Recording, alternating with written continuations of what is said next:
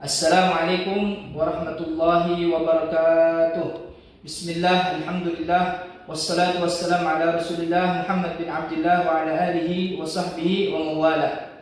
Yang kami hormati Bapak Ibu dosen pembimbing di LPTK Institut Agama Islam Negeri Metro Lampung, mohon izin memperkenalkan diri. Nama saya Muhammad Ihsan, NIM 2501730767 yang berasal dari MA Darul Lughah wa Da'wah Bangil Pasuruan, Jawa Timur, mengikuti program PPG Transformasi Baks 3 tahun 2025 di LPTK Institut Agama Islam Negeri Metro atau Universitas Islam Negeri Juraisio Lampung. Insya Allah pada hari ini saya akan menyajikan sebuah video pembelajaran mata pelajaran fikih jinayah sebagai tugas akhir uji kinerja dalam menyelesaikan tugas kuliah PPG. Mohon doa serta dukungannya. Selamat menyaksikan. Assalamualaikum warahmatullahi wabarakatuh. Waalaikumsalam warahmatullahi wabarakatuh. Gimana kabar semuanya, anak? Alhamdulillah. Sebelum kita mulai pembelajaran kita hari ini, alangkah baiknya kita mulai dengan berdoa agar semua yang kita pelajari bermanfaat dan berkah insya Allah. Dan kepada ketua kelas diharapkan untuk memimpin doa. Pak Ali falyatafadhal.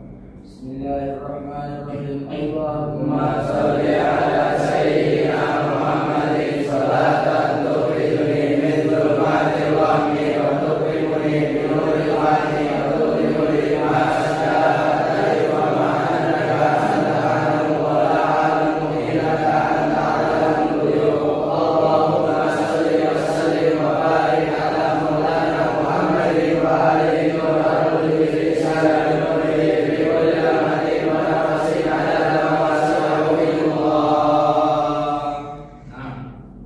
Sebelum kita mulai pelajaran hari ini, Ustaz mau ngabsen dulu. Ahmad Daniel,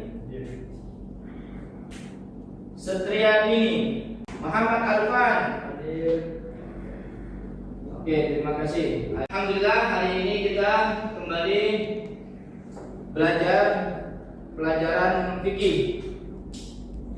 Untuk sebelum kita mulai pembelajaran hari ini, masih ingat pelajaran kemarin fikih tentang muamalah? Dapat masih ingat? Masih. Nah, yang lain masih ingat? Terima kasih. Kemarin kita tentang muamalah, sekarang kita menganalisis atau membahas tentang bab jinayah dan hikmahnya. Ada yang tahu, pernah dengar mungkin apa itu arti jinayah? Oke, dapat. Apa itu jinayah? Jinayah secara etimologis, kata jinayah berasal dari bahasa Arab jana dejeni yang berarti melakukan dosa, kesalahan atau kejahatan. Oke, cukup. Masya Allah. Jadi jinayah globalnya ialah suatu perbuatan dosa, suatu bentuk kriminal, pelanggaran, kejahatan. Jadi jinayah berkaitan dengan pelanggaran, suatu perbuatan yang melanggar hukum, baik itu di agama maupun di negara. Itu secara global pengertian jinayah. Coba kita amati gambar yang di depan ini semua, untuk dilihat semua. Itu gambar apa? Sidang. Yang kedua, yang di bawah itu gambar apa? Penjara. Coba Ustaz mau tanya, kenapa seseorang itu bisa disidang? Kenapa? Angkat tangannya. Karena melakukan kejahatan, pintar, yang lain. Kenapa seseorang bisa disidang? Angkat tangannya. Ya, karena apa? Karena mencuri, pintar, ya. Karena apa? Pembunuhan. Betul, pintar semuanya. Jadi seseorang kenapa kok bisa disidang? dan juga bisa dipenjara karena dia melakukan tindak kriminal. Ini gambaran dari yang akan kita pelajari nanti, yaitu tentang bab jinayah. Oke. Selanjutnya pengertian jinayah. Pengertian jinayah adalah perbuatan yang dilarang, perbuatan yang dilarang dalam syariat Islam dan diancam, ada ancaman juga, ada hukumannya juga bagi orang yang melakukan perbuatan tindak kriminal tadi. Disebutkan ada nanti hudud, nanti kita bahas, ada pembahasan hudud. Ada juga nanti hukumannya kisos. Ada juga nanti ta'zir atau ta'zir. Jadi nanti seseorang kalau dia melakukan tindak kriminal, kejahatan, nanti ada hukumannya. Kenapa kok bisa disidang dan juga bisa dipenjara? Karena dia melakukan tindak kriminal. Jadi disebutkan pada pembunuhan, ada tadi narkoba, ada apalagi pencurian dan lain sebagainya. Jadi ini ada contoh bahwasanya seseorang melakukan tindak kriminal. Ini gambaran dari yang akan kita pelajari nanti. Apa tujuan pembelajaran kita? Mempelajari ilmu jinayah atau bab jinayah ini. Tujuannya kita belajar ilmu jinayah ini ialah agar kalian mampu menjelaskan tentang jinayah. Apa itu jinayah? Dan juga hukumnya bagi pelaku serta hikmahnya. Jadi hukumnya itu apa nanti? Kalau seseorang melakukan tindak kriminal, nanti akan diapain dia? Akan dihukum seperti apa dia? Nah, itu nanti tujuan pembelajaran kita hari ini. Serta hikmahnya. Hikmah karena kenapa ada jinayah. Nah, dan macam-macam pembunuhan itu juga salah satu tujuan pembelajaran kita.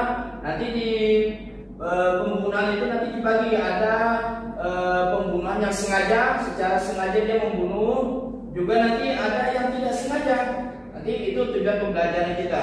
Serta saksinya, sanksi seseorang membunuh itu apa nanti sanksinya? Macam-macam jinayah. Yang pertama tadi hudud, dan yang kedua kisos. Apa itu kisos? Pernah dengar kisos?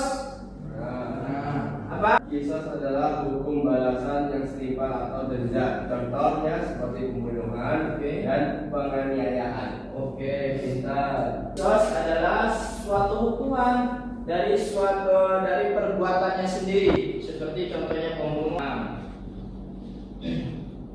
Nah, ini kisos atau dia, hukuman balasan yang setimpal atau denda. Contohnya seperti pembunuhan dan penganiayaan. Itu nanti masuk dalam kategori kisos. Coba Devan, tahu apa dalam Quran disebutkan tentang kisos? Coba bacakan Al-Qurannya tentang yang kita bahas sekarang ini.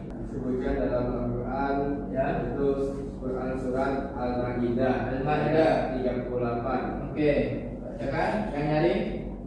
Wasariqu wasariqatu faqta'u aydiyahuma jazaa'a bima kasabana nakalan min Allah wallahu azizul hakim. Pintar, masya Allah. Di dalam Al-Quran disebutkan kisos, hukuman yang balasan yang setimpal atau denda itu nanti akan ada. Mulai syaitanir walakum fil qisasi hayatun ya ulil albab la'allakum ta'qilun. Walakum fil qisasi hayatun, bagi kalian dalam kisos itu ada suatu kehidupan, insyaallah. Maksudnya dengan diterapkannya hukum jinayah, hukum kisos tadi itu, maka orang takut akan membunuh. Kalau sudah dia takut membunuh, maka seseorang akan selamat dari perbuatannya tadi, maka dia tidak jadi untuk membunuh. Karena dia tahu kalau dia membunuh, nanti balasannya akan kisos. Nah, hukum membunuh. Siapa yang tahu hukum membunuh apa hukumnya? Haram. pinter. Nah, dalam Quran disebutkan juga a'udzubillahi minasyaitonirrajim wala taqtulun nafsal lati harramallahu illa bil haqq. Al-Isra ayat 33.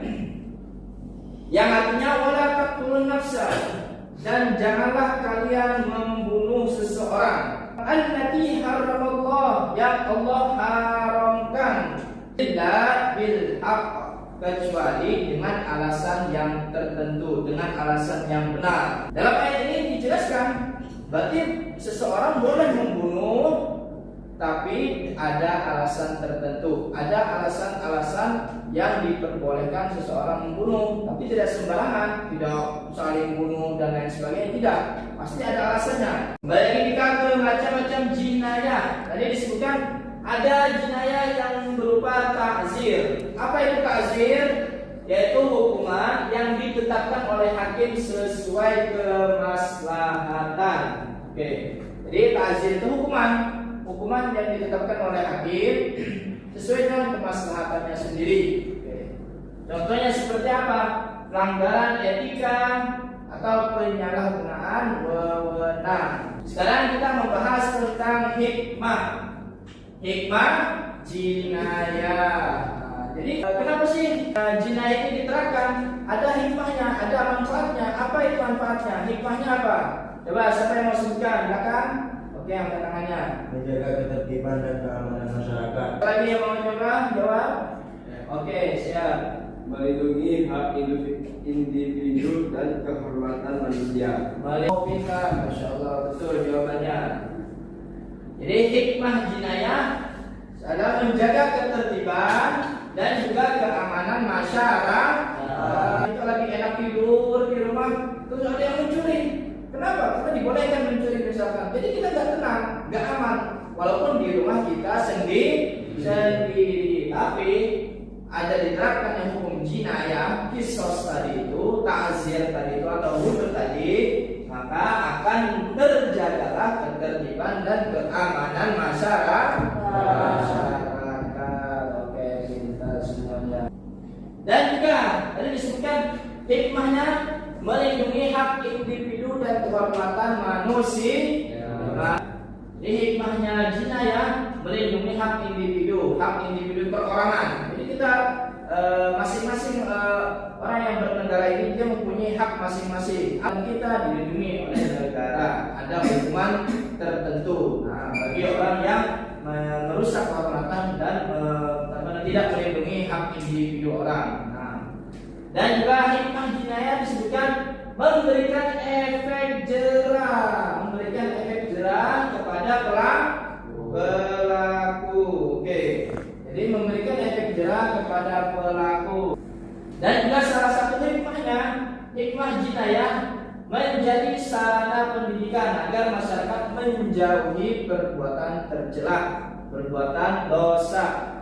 Dalam suatu masyarakat modern sekarang ini masih sering terjadi kasus kriminal. Jadi banyak terjadi kasus kriminal pada belakangan hari ini. Seperti apa? Pembunuhan, penganiayaan, begal dan lain sebagainya yang sering kita dengar berita-berita itu ya. Jadi padahal sudah ada hukum negara. Jadi kenapa kok masih ada pembunuhan tadi itu atau pencurian atau begal dan lain sebagainya dari tindak kriminal tadi itu? Padahal sudah ada hukum negara. Siapa yang mau jawab? Oke, siap. Kenapa? Karena lemahnya moral dan iman. Pintar. Siapa lagi yang bisa jawab? Oke, siapa? Kondisi ekonomi dan sosial. Pintar jawabannya. Tepuk tangan semuanya. Bagus. Jadi dalam masyarakat kita sekarang ini banyak terjadi pembunuhan dan lain sebagainya dari tindak kriminal atau dalam hukum jinayah. Padahal sudah ada hukum dalam negara ini. Salah satunya tadi katanya kurangnya moral dan iman. Jadi seorang itu lemah dia imannya serta moralnya, maka itu akan mengakibatkan dia tetap melakukan kriminal tadi. hukum pidana yang ada di dalam hukum fikih atau jinayah, apa sih perbedaannya? Perbedaannya hukum jinayah dalam fikih Islam itu, dalam hukum Islam, dan juga hukum pidana dalam sistem di Indonesia. Jadi apa bedanya hukum jinayah, fikih secara fikih hukum fikih, dan juga hukum pidana di Indonesia? Coba siapa yang mau jawab pertanyaannya? Oke, coba. Kalau dalam hukum jinayah dalam fikih Islam bersumber dari Al-Quran dan hadis. Bersumber dari Al-Quran dan hadis. Itu fikih jinayah. Oke, pintar. Kalau hukum pidana? Kalau hukum pidana di Indonesia bersumber dari produk perundang-undang seperti KUHP. KUHP. Jadi kita betul jawabannya. Jadi perbedaan mendasar hukum jinayah dalam fikih Islam yaitu dia berasal dari sumber Al-Quran dan juga hadis. Nah, itu salah satunya. Adapun hukum positif yang ada di negara kita Indonesia ini, dia berasal dari undang-undang KUHP. Nah, pintar, betul. Tadi kita membahas tentang kisos. Nanti walaupun fil kisos hayatun ya fil albab. Bagi kamu nanti ada kehidupan di dalam kisos tadi itu. Nah, Ustaz mau tanya, bagaimana sanksi yang tegas seperti kisos itu kok bisa justru menjamin kehidupan? Kok bisa di kisos, dalam kisos itu ada menjamin kehidupan? Ayo, siapa yang mau bisa jawab? Oke, belakang. Memberikan efek jerah kepada pelaku.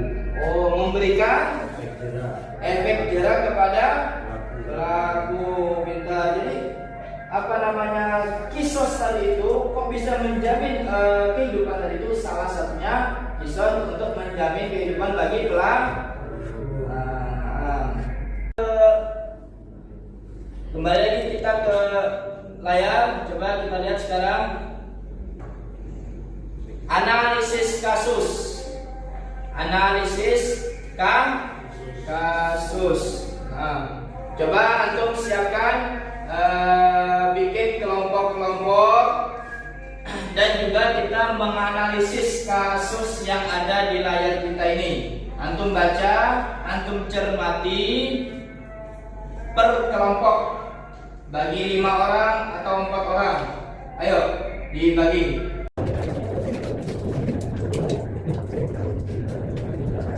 Sekarang kita membahas tentang analisis kasus. Antum sudah per kelompok, sudah diskusi masing-masing antara kelompok. Saya bacakan ya analisis kasusnya. Andi dan Raka adalah 2 orang sahabat. Andi dan Raka adalah 2 orang sahabat yang sudah lama berteman. Suatu hari mereka terlibat pertengkaran berat. Jadi Andi dan Raka terlibat pertengkaran berat di warung kopi karena urusan hutang piutang. Oke. Dalam keadaan emosi dan tidak dapat mengendalikan diri, Andi mengambil pisau di dapur yang ada di meja. Jadi Andi mengambil pisau dapur yang ada di meja dan menusuk Raka di bagian dadanya. Oke. Raka sempat dibawa ke rumah sakit, tetapi meninggal dunia karena luka tusukan yang parah. Setelah kejadian, Andi menyerahkan diri ke pihak kepolisian dan mengaku menyesal atas perbuatannya. Ini analisis kasus kita pada pelajaran hari ini. Oke. Jadi masing-masing antum, masing-masing kalian berkelompok nanti akan saya minta maju ke depan untuk mensimpulkan apa yang telah kalian diskusikan masing-masing. Oke.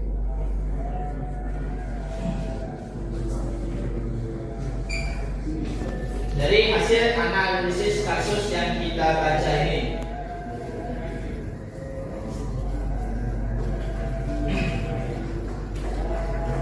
oke, dari pihak kelompok 1 sini, siapa yang maju? Oke, oh Hasan. Oke, siap Hasan. Silakan maju Hasan.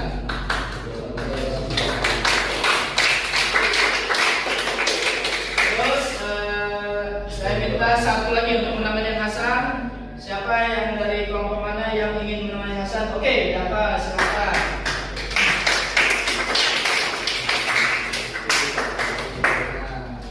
Jadi hasil diskusi antum, hasil diskusi kalian di perkelompok tadi dari analisis kasus yang kita baca. Oke. Nanti salah satu dari kelompok dari yang ada di sini akan menanyakan ke salah satu temannya apa saja analisis kasus yang ada di layar antum ini. Ayo, siapa yang ingin bertanya kepada Dafa? Angkat tangannya. Oke, nah Umar, silakan Umar. Apa yang ditanyakan? Perbuatan pidana apa yang dilakukan oleh Andi? Berarti yang dilakukan oleh Andi adalah pembunuhan karena dia membunuh Raka. Dengan pisau. Oke. Ada lagi yang bertanya? Oke, silakan. Apakah ada unsur kesengajaan dalam tindakan yang dilakukan Andi? Apakah ada unsur kesengajaan yang dilakukan oleh Andi? Oke, jawab. Dapat. Apakah ada unsur kesengajaan? Jawabannya ada. Kenapa? Karena dalam keadaan emosi, Ya. si Andi mengambil pisau dapur yang ada di atas meja, lalu menusuknya ke dada Raka. Oke, siap. Nah, jadi apakah ada unsur kesengajaan? Kata jawabannya kata Dafa di kelompok yang kelima, yaitu ada kesengajaan katanya. Kenapa Dafa? Karena mengambil pisau dapur yang ada di meja. Oke, jadi itu hasil kesimpulan Dafa dari analisis kasus yang kita baca ini. Jadi ada unsur kesengajaan dan juga ada tindak pidananya. Hasan, siapa yang mau tanya angkat tangan? Oke, silakan. Apa yang terjadi dari penyebab pembunuhan? Motif apa yang terjadi dari penyebab pembunuhan? Jadi ada nomor berapa Hasan? Motif apa katanya? Motif apa yang bisa menyebabkan pembunuhan itu ya? Betul pertanyaannya ya? Oke, jadi motif apa? Yang dilakukan gara-gara apa dia melakukan pembunuhan tadi itu? Oke. Dalam analisis kasus ini, Oke. karena urusan hutang piutang. Karena urusan hutang.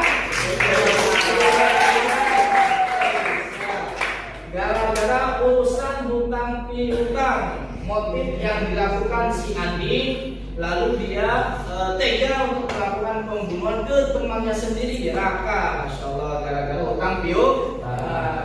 Gara-gara uang sedikit, uang 300, dia rela membunuh temannya sendiri yang sahabat dari kecil. Nauzubillah, ya tidak boleh. Makanya diharamkan terjadinya tindak kriminal atau pembunuhan yang dilakukan oleh seseorang. Bahkan hukumnya haram tadi kita sebutkan dalam Al-Qur'annya. Jadi gara-gara hutang piutang. Oke, siapa yang mau bertanya lagi?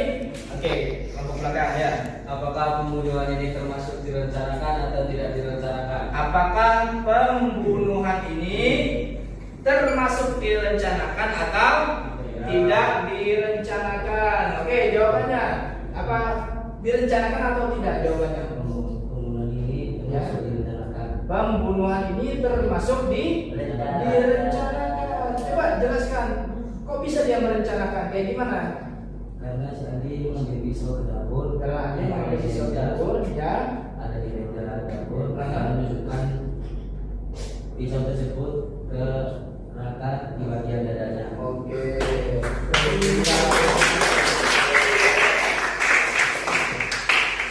Ya, jadi pertanyaannya adakah unsur kesengajaan katanya. Jadi jawabannya ada katanya. Kenapa?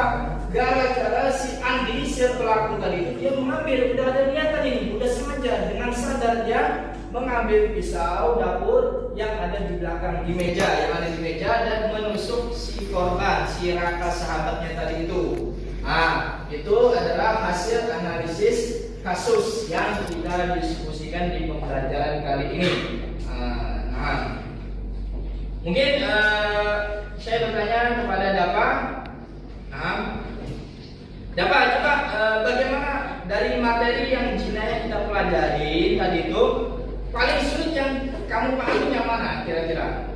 Bagian pembagian macam-macam jinayah pembunuhan. Oh, bagian macam-macam jinayah pembunuhan. Oh, itu mungkin yang perlu kita mutolaah lagi, kita pelajari lagi ya. Nah, terus apa sih manfaat yang kamu dapatkan dari diskusi kali ini, kelompok hari ini, diskusi kelompok kali ini? Saya dapatkan di sini itu bisa mengetahui Ya. apa hukumnya, Apa hukum-hukumnya? terus bisa membuat saya lebih takut akan pembunuhan. Bisa saya membuat dapat lebih takut akan pembunuhan. Masya Allah. Jadi betul sesuai dengan yang kita jelaskan tadi itu, orang menjadi takut membunuh gara-gara apa? Gara-gara nanti dia akan dikisos. Betul semua, Masya Allah. Minta tepuk tangan untuk kedua teman kita ini.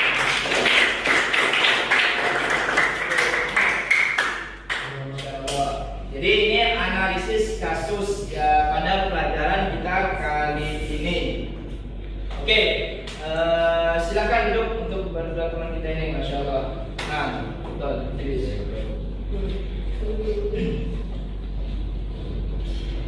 Oke, terima kasih untuk kedua teman kita tadi itu, Saudara Dava dan Hasan yang telah membacakan analisis dari kasus yang kita diskusikan pada pelajaran kali ini. Coba saya ingin bertanya kepada salah satu dari kalian, Dava, apakah kamu merasa nilai keadilan itu penting setelah kamu belajar jinayah, belajar tindak kriminal ini? Jadi kamu merasa penting apa tidak, atau merasa nilai keadilan itu sangat penting atau tidak diterapkan di lingkungan kita, di masyarakat kita? Coba saya ingin tahu apa itu. Jawabannya sangat penting. Sangat penting jawabannya. Kenapa? Karena kalau tidak ada peraturan atau hukum, Ya. masyarakat atau rakyat itu akan bisa membunuh atau merampas atau mencuri dengan seenaknya sendiri. Dengan seenaknya sendiri. Bagus, pintar jawabannya, Masya Allah. Jadi pertanyaannya saya tanyakan tadi ke saudara kita Dava, apakah nilai keadilan itu sangat penting setelah kita mempelajari pelajaran jinayah pada hari ini? Karena jawabannya penting katanya. Beliau katanya Dava tadi itu penting. Kenapa? Karena dengan dia belajar jinayah tadi itu dia merasa adil, harus takut, menjadi takut merencanakan jinayah atau pembunuhan dan lain sebagainya. Jadi ini sangat-sangat penting kita pelajari tentang belajar fikih dalam bab jinayah atau tindak kriminal.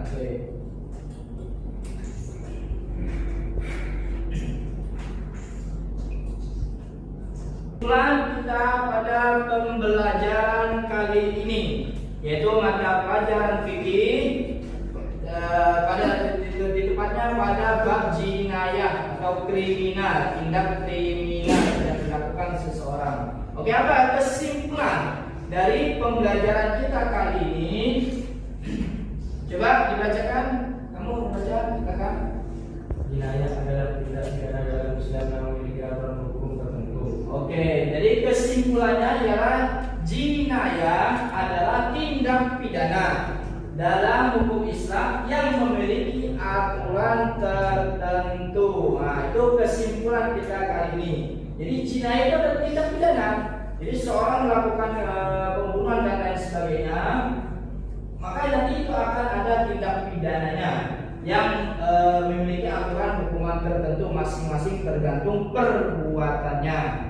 Entah itu mencuri dia, nanti ada sanksinya masing-masing, atau membunuh dan lain sebagainya, minum minuman keras dan lain sebagainya. Oke, itu kesimpulan pembelajaran kita kali ini. Penilaian hasil belajar kita pada kali ini, pada hari ini, Masya Allah, antum sebagian besar sudah memahami apa itu jinayah, bagaimana pengertiannya, pembagiannya dari jinayah tadi itu antara ta'zir, hudud dan kisos tadi itu sangat-sangat baik, alhamdulillah. Semoga ini berkah semuanya dan manfaat buat antum semua, insyaallah ya. Amin. Dan juga mungkin demikianlah pembelajaran kita tentang bab jinayah pada kali ini. Nanti untuk pertemuan selanjutnya mungkin kita masih membahas tentang ilmu fikih, tapi di bab yang lain, yaitu di bab jinayah bagian hudud atau bughah. Hudud atau bughah nanti untuk pertemuan selanjutnya nanti kita akan membahas tentang hudud atau tentang bughah. Mungkin ini saja yang Ustaz sampaikan, kurang lebihnya mohon maaf, dan kita tutup dengan kafaratul majlis. Subhanallahumma